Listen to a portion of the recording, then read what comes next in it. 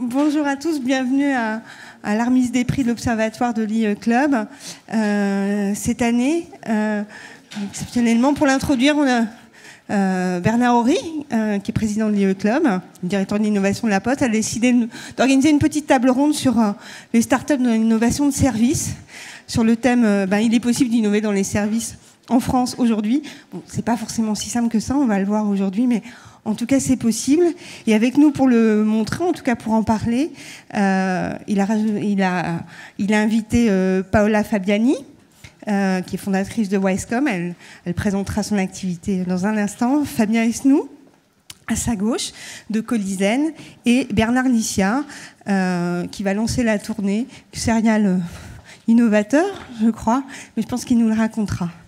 Bernard Horry, vous voulez dire un mot sur pourquoi cette table ronde avant qu'on lance les débats? Bonjour à tous. Alors le pourquoi, on parle toujours d'innovation technologique. Moi je souhaitais montrer aussi que l'entreprise innovante c'est aussi dans le service de proximité. Nos élus évoquent souvent le fait que l'emploi de proximité c'est ce qu'il faut développer. C'est intéressant d'avoir 3 témoignages pour montrer comment on arrive, ou on essaie de développer l'emploi de proximité et comment il faut s'y prendre pour essayer d'y arriver. Voilà, pour faire court. J'ai juste oublié de me présenter. Je suis Aurélie Barbeau, chef du service innovation numérique et santé à l'usine Nouvelle. J'ai le plaisir d'animer une rubrique sur les jeunes entreprises innovantes depuis trop d'années presque pour les compter, et dans laquelle on essaye de laisser le plus de place possible aussi aux startups de l'innovation de service. Elles ne sont pas si nombreuses que ça, en fait, à arriver jusqu'à nous. C'est pas qu'elles n'existent pas. Mais en tout cas, pour moi, c'est une bonne occasion de découvrir des initiatives innovantes. Fabien Esnou, vous voulez vous lancer sur la présentation? Alors, le défi, comme on a... C'est une table ronde, une speed table ronde. On a prévu un bon quart d'heure. Vous avez 2 minutes pour présenter Colizen? C'est largement. Colizen est une, j'aime pas le terme de start-up, mais une jeune entreprise, on va dire, qui avait un peu plus de 3 ans aujourd'hui, qui a créé un modèle de livraison haut de gamme pour les gens qui achètent sur Internet. Principe extrêmement simple, on s'adapte à la vie du consommateur, et le consommateur ne s'adapte pas aux contraintes logistiques des e-marchands et de leurs distributeurs. Donc, Colizen a inventé un process qui permet de livrer les consommateurs comme vous de 7h à 22h, 6 jours sur 7, et le dimanche matin, sur rendez-vous. Et aujourd'hui, on travaille pour la plupart une grande partie des leaders du e-commerce, Pixmania, Fnac.com, Smartbox. On a créé le service de distribution haut de gamme de Nespresso, le Nespresso Your Time. On vient de démarrer Brandalay. Donc voilà. Donc start-up au sens, cette année, on va faire une croissance plus faible que l'année dernière, mais qui sera de l'ordre de 80%. L'année dernière, c'était plus important que ça. Donc tous les sujets de comment ça se passe quand on part à 2 et qu'on est aujourd'hui 20, plus 50 partenaires derrière, et comment on finance, et comment on se fait accompagner, comment on est aidé, comment on recrute. Donc un vrai sujet intéressant. Quand vous dites on, vous êtes combien? C'est vous le fondateur? C'est quoi juste l'histoire quand même de Colizen? On est deux fondateurs. On se connaissait d'avant dans nos vies antérieures. Moi, j'ai une vie d'entrepreneur depuis déjà quelques années. J'avais monté un média dans l'univers de la logistique qui s'appelle Supply Chain Magazine. Et mon associé est issu d'un grand groupe, et vous le connaissez bien, il s'appelle Jérôme Do, il est issu du groupe La Poste. Et il y a un certain nombre d'années, j'étais moi spécialisé dans les sondages et les études de marché, lui travaillait dans une filiale du groupe La Poste, et il est venu me voir en me disant, voilà, il y a un vrai sujet qui est la net économie, et qui est l'impact de la net économie dans les problématiques de transport. Et il va y avoir des choses à créer, parce que vu que les volumes sont énormes, et il y a des masses critiques qui s'atteignent, et il y a surtout des consommateurs qui sont de plus en plus habitués à consommer. Donc l'innovation dans le e-commerce aujourd'hui, ça va être la fidélisation, ça va être un certain nombre de... Voilà. Donc voilà, on a travaillé là-dessus depuis fin 2005, on a démarré l'entreprise début 2009, après une première levée de fonds fin 2008. Bon, aujourd'hui c'est une entreprise qui va bien, on n'a pas vraiment de problème de clients, on a d'autres problématiques, mais pas celle-là. Merci beaucoup. Bernard Licia, vous êtes aussi un petit peu dans la distribution, dans la logistique, mais sous une forme complètement innovante. En tout cas, vous pouvez nous expliquer ce que c'est ou ce que sera la tournée? D'abord, on n'est pas du tout une entreprise. Aujourd'hui, on a plutôt une fonction de laboratoire pour mettre au point un concept. Et le laboratoire, il a réuni des fonds pour durer jusqu'à la fin de l'année. Alors, qu'est-ce qu'on fait? On fait une logistique de proximité, donc de quartier, à pied, avec des chariots. Et le principe, c'est presque le contraire des rendez-vous. C'est-à-dire qu'on a 2 tournées. On a une tournée le matin et une tournée le soir. La première partie de la tournée, on a 3 livreurs. Chaque livreur a un peu comme une ligne de bus. Il a 20 commerçants à collecter, donc c'est des arrêts. Et il passe avec son chariot, il collecte dans les commerces. Après, il a à peu près un quart d'heure pour se retrouver et échanger ses colis avec ses collègues au milieu du quartier, sur une place publique. Et 2 heures pour aller livrer les consommateurs. Et l'objectif, c'est d'arriver à 2 € la livraison, en massifiant l'ensemble des livraisons des commerces de quartier, avec 2 cibles, les actifs et les personnes en mobilité réduite. Et donc pour ça, pourquoi on est un labo? On est à la fois, on va dire, un collège d'entrepreneurs qui sont tous issus de PME, soit des nouvelles technologies comme Aquarelle.com, comme Kiala, soit de l'économie sociale et solidaire, comme le fondateur d'Emmaüs Défi, Charles-Édouard Vincent. Donc ça, c'est les entrepreneurs qui ont au début accouché du concept, etc., qui sont motivés par le fait que je veux dire, il y a beaucoup de choses qui se délitent autour de nous et qu'on a des savoir-faire qui peuvent être utiles à autre chose, à créer justement un peu de transformation sociale. Et puis, autour de ça, on a réuni un certain nombre de groupes et d'entreprises publiques. Donc, il y a la Caisse de dépôt, il y a la mairie de Paris, il y a l'Agence nationale des services à la personne. Et dans les entreprises, on a le groupe La Poste, on a Ogilvy, on a Casino, Monoprix, Orange, Atos, donc pas mal de partenaires, et la Chambre de commerce de Paris, puisqu'ici on est dans ces locaux, pour essayer de mettre au point ce concept. Merci beaucoup. Alors, Paola Fabiani, vous n'êtes pas dans la logistique pour le coup. Vous pouvez nous raconter ce qu'est Wisecom, que vous avez fondé? Alors Wisecom, c'est une société qu'on a fondée en 2005, qui est un centre d'appel. Alors le centre d'appel, c'est très traditionnel, mais qui a la spécificité en fait d'être en plein cœur de Paris, dans le 8e rue de la Boétie. Donc pour raconter rapidement l'histoire, on est 4 associés. On vient tous des centres d'appel. On a pu évoluer dans différents postes. Et à un moment, en 2005, c'était vraiment l'apogée de la délocalisation offshore. Et là, on s'est dit, donc il n'y avait plus aucun centre d'appel en plein cœur des grandes villes, et encore moins à Paris. Et on s'est dit qu'il restait une des vraies problématiques clients pour lesquelles le fait d'être en France et au cœur d'une grande ville et travailler sur la proximité permettrait de répondre et d'apporter des solutions. Donc maintenant, Wisecom a 7 ans. On est détenu par nous-mêmes, donc on n'a pas fait de levée de fonds. On est 130 personnes. On a maintenant 2 sites rue de la Boétie. On a à peu près 1200 mètres carrés. Et le pari est de dire qu'on peut être compétitif pour certaines missions par rapport, bien sûr, à l'Île-de-France, à la France, mais aussi par rapport au offshore. Et apparemment, maintenant, on peut dire que c'est un pari qui commence à être gagné, puisqu'on fait à peu près 6 millions d'euros de chiffre d'affaires. Alors, on travaille pour qui? Pour donner une idée, on travaille aussi bien pour des opérateurs télécoms, comme Colt, Complétel, mais en B2B. On travaille aussi dans l'énergie, avec des clients comme Antargaz, Orangina. On travaille aussi pour Relais Château, PSG. Donc on a une diversité et finalement on se rend compte que des solutions de proximité avec d'autres logiques peuvent répondre à des attentes de clients très variés. Ça a été un peu le pari qu'on a fait. Bravo à vous, en tout cas, belle réussite pour l'instant. Je vous souhaite de continuer. Est-ce que c'est aussi facile de créer une PME innovante dans les services que ça l'est, grâce notamment à l'aide d'un certain nombre de structures, dont Oseo, une PME innovante dans le domaine des technologies? Est-ce que vous rencontrez le même type d'aide ou est-ce qu'il y a des barrières à franchir différentes? Qu'est-ce que... En ce qui nous concerne, effectivement, on est entre 2 cases, parce que le centre d'appel fait appel à beaucoup de technologies, mais ne correspond pas à l'innovation au sens Oseo du terme. Et d'un autre côté, on a une réalité très humaine dans la prestation de services, donc finalement, on n'est dans aucune des bonnes cases, donc on a du mal à trouver, pour l'instant, et c'est en train de se développer, de l'accompagnement sur des types de solutions comme Oseo pour la partie innovation. J'en dirai pas autant pour la partie subvention, pour laquelle là, on répond totalement aux critères. D'accord. Fabien, est-ce que on vous a aidé? On a été accompagné par Oseo sur des choses vraiment spécifiques. On a développé notre propre outil d'optimisation de tournée et on a obtenu une subvention pour aider à développer nos algorithmes. Donc là, on est vraiment dans le domaine de la recherche.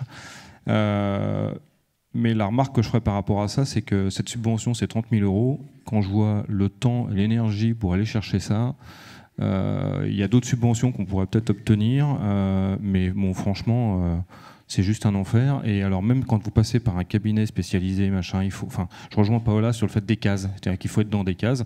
C'est vrai que nous, on est quand même dans du service, on n'a typiquement pas le droit au crédit impôt recherche, alors que pourtant on a investi. Enfin bon, non, c'est pas évident quand même. Bernard Nicien, est-ce que alors vous avez quand même des partenaires prestigieux?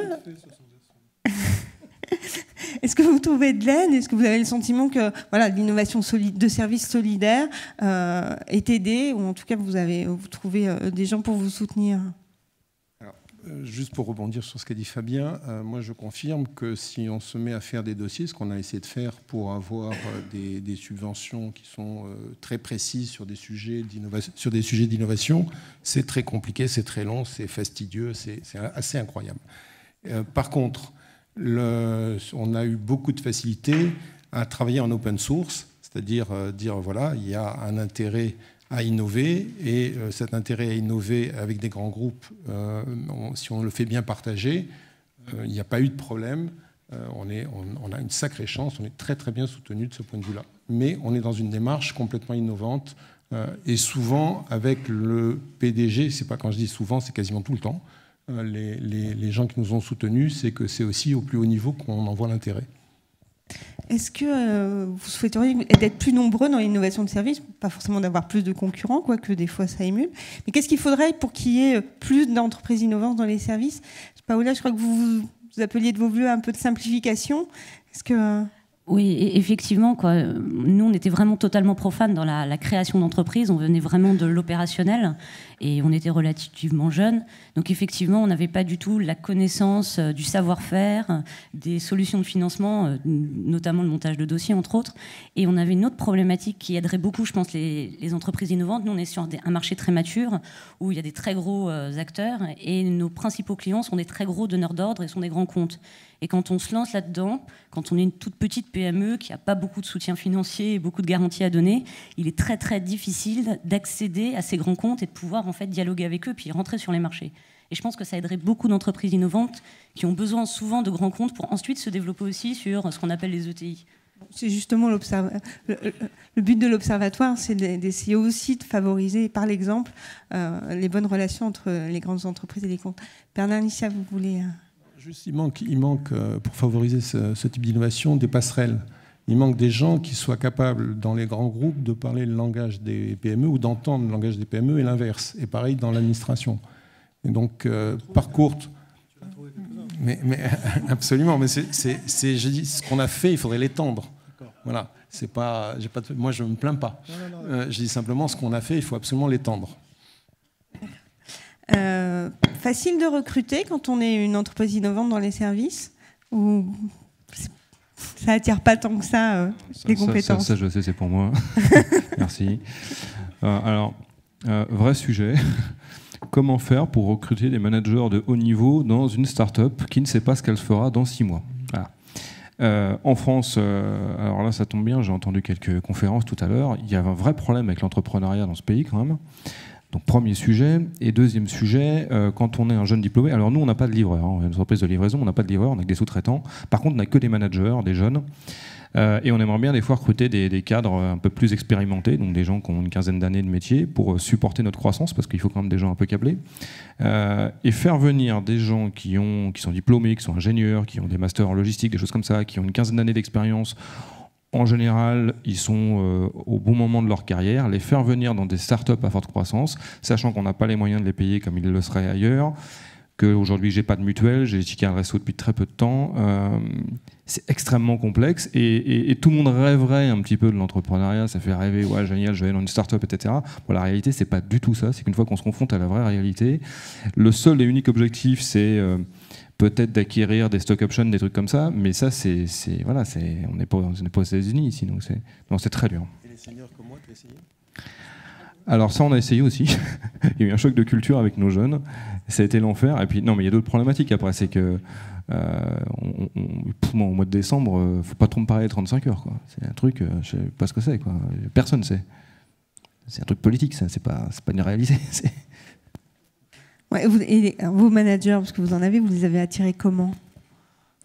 Nous, on a aujourd'hui pratiquement que des jeunes qui sortaient de l'école, donc école d'ingénieur ou plutôt filiale logistique, qui nous concerne.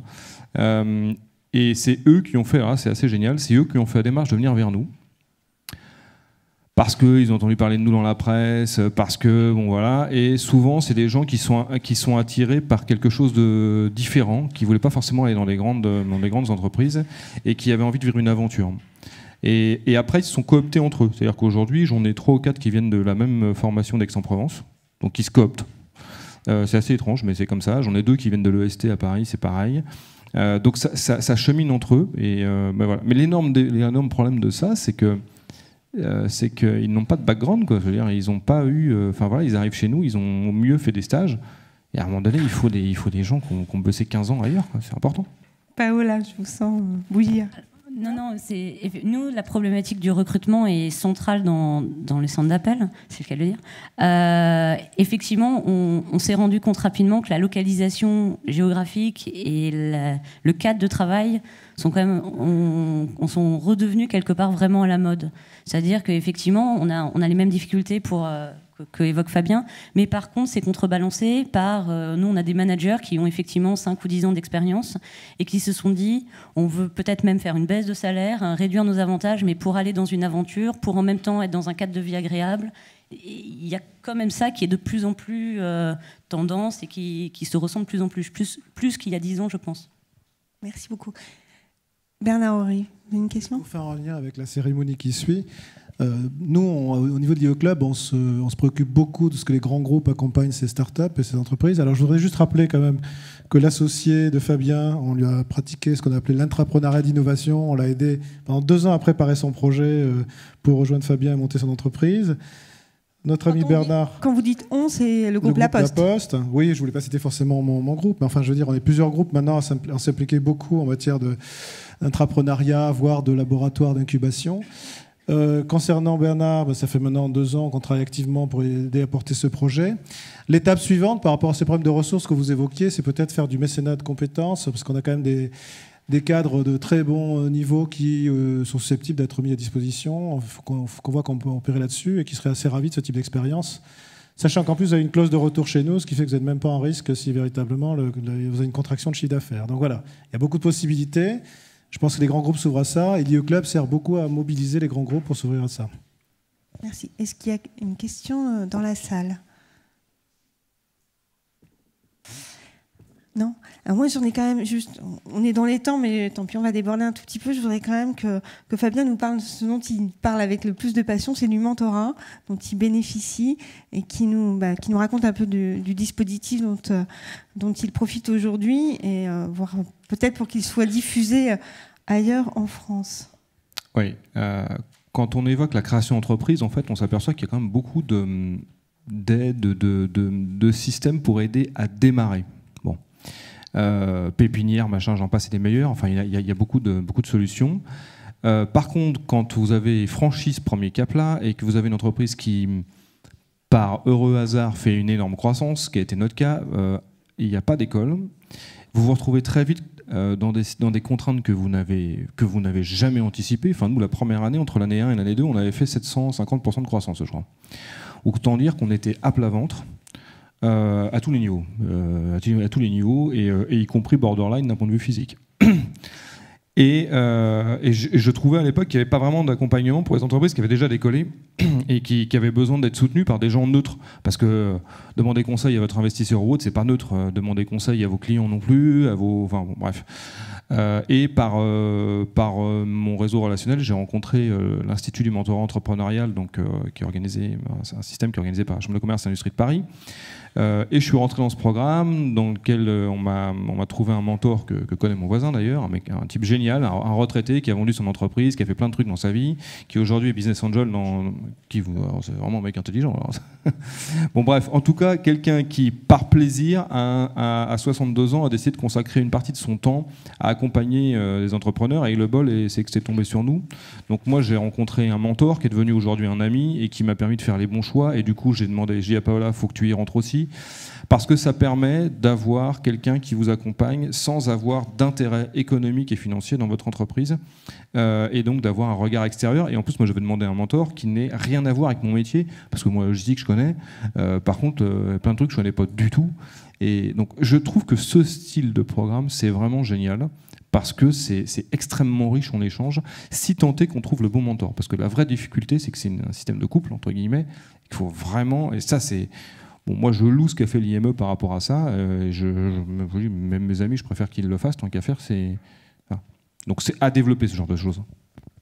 Merci beaucoup. En tout cas, s'il y a des gens de la commission innovation du MEDES dans la salle, ce dont je ne doute pas, je sais que sur leur programme MIT, c'est peut-être une piste à développer, de trouver des mentors pour animer ou venir renforcer les clubs innovation qui sont, je sais, en train de se créer un petit peu partout en France. Alors, on en a pas mal de mentors dans l'IE Club, ils sont dans la salle d'ailleurs, hein, donc si vous voulez les trouver à la sortie, il n'y a aucun souci. Je vois qu'il y en a un qui se lève d'ailleurs pour se préparer pour la suite. Merci beaucoup. Je pense qu'on peut applaudir pour leur réussite et leur intervention. Merci.